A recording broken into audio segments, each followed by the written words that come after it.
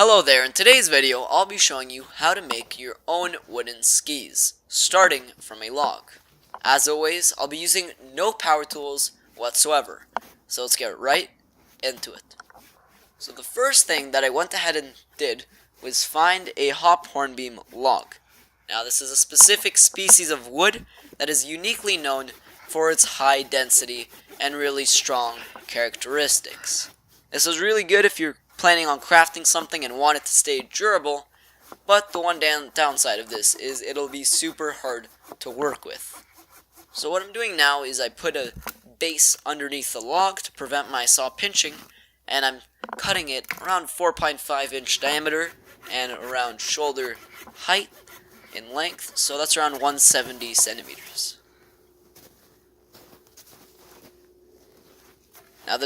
Now because of the high density of the log, that's what I meant to say, it is fairly heavy despite it looking not so large. Here I'm carrying it back to my bushcraft base.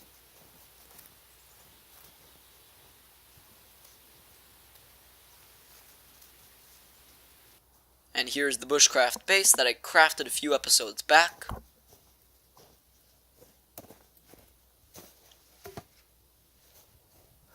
This will serve as my workstation for my project.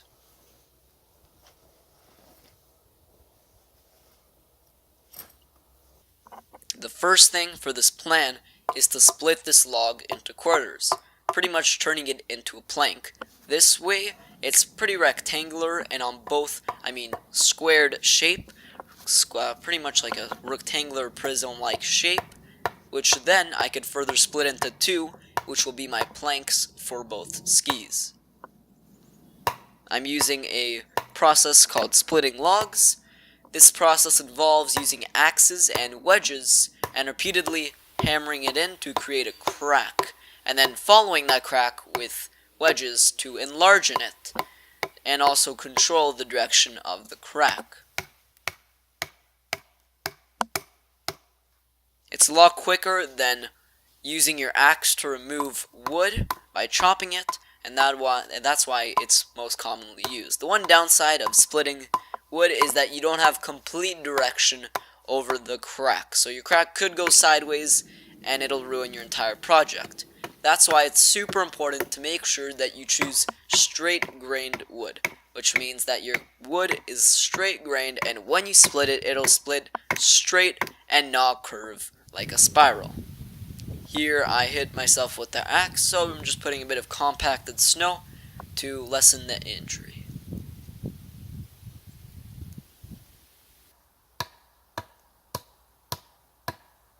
I've split one side, and now I'm just smoothing it out with my axe.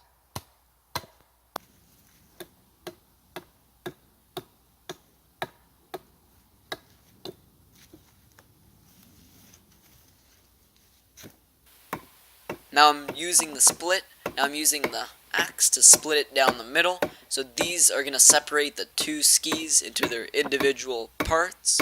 I'm making sure to take my time on this crack because it is very important, and any mistake will affect my skis.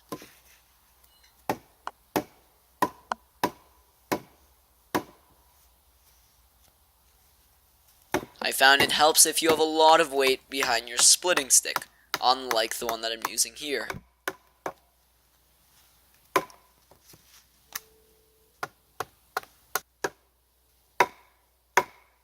If you want more details on splitting, I have a full video on it in one of my previous videos.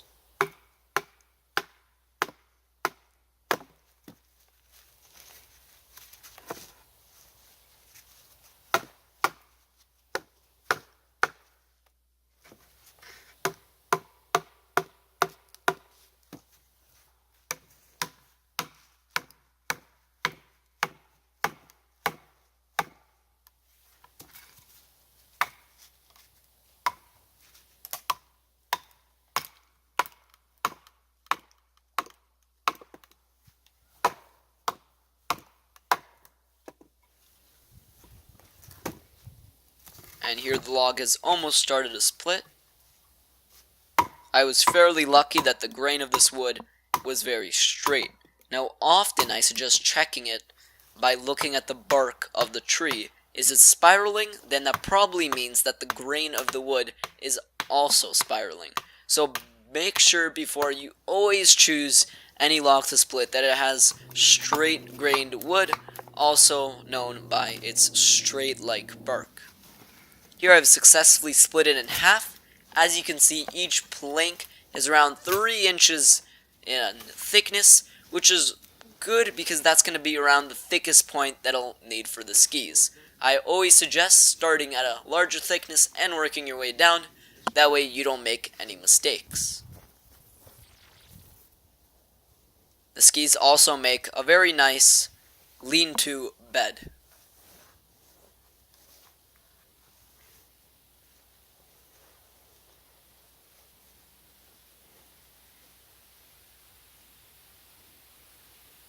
So here I'm coming back. On the next day, I've brought my steam box with me, which I'll be using to steam the skis on one of my later videos. Now I've purposely put the skis underneath my lean-to shelter to prevent snow from getting on them.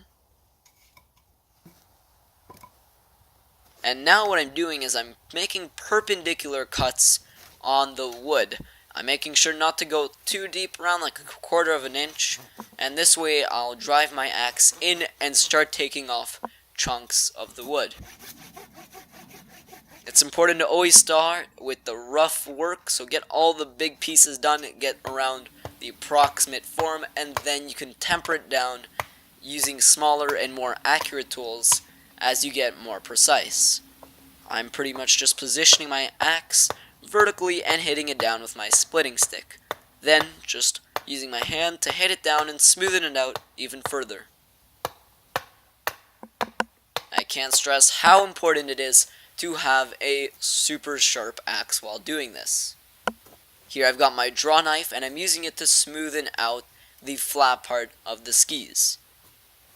This will not be the end result. This is just to give me a basic idea of the shape of the skis.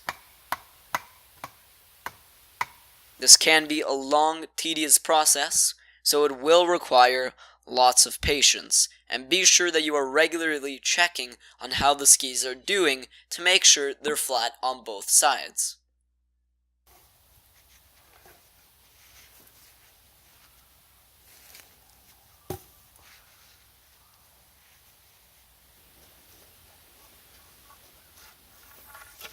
It is very important to have an even, flat surface on both sides. If one is crooked, then your skis won't be straight.